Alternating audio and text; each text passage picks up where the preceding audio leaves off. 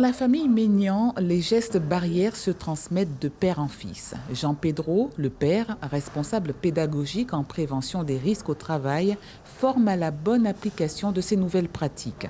Des formations de 2 heures qu'il assure in situ ou plus souvent depuis son bureau à son domicile par visioconférence. Il y a beaucoup de personnes qui, par exemple, quand ils veulent communiquer, le geste à ne pas faire, c'est de abaisser le masque ici. Ça, c'est un mauvais réflexe qui est dangereux. Ou d'autres personnes manipulent le masque en le touchant ici, c'est dangereux. Le masque, une fois qu'il est porté, on doit plus l'utiliser. Si je veux me débarrasser du masque après utilisation, je dois le prendre au niveau des élastiques, les enlever et ensuite le mettre à la poubelle dans un sac plastique qui est fermé. Donc tout ceci, donc, c'est à travers cette formation qu'on va porter la connaissance aux salariés, aux dirigeants d'entreprise, comment limiter la diffusion du virus au travail. Donc ceci demande une connaissance. Déjà connaître la maladie, comment elle agit, comment elle se dépose, notamment sur tout ce qui est matière, bois, plastique. Également, si cette formation permet aussi aux entreprises qui utilisent des outils de travail, donc de préférer des outils, on va dire, individuels. Si on doit se prêter, par exemple, le tournevis, le marteau, à ce moment-là, il faudra désinfecter avant et après l'outil de travail.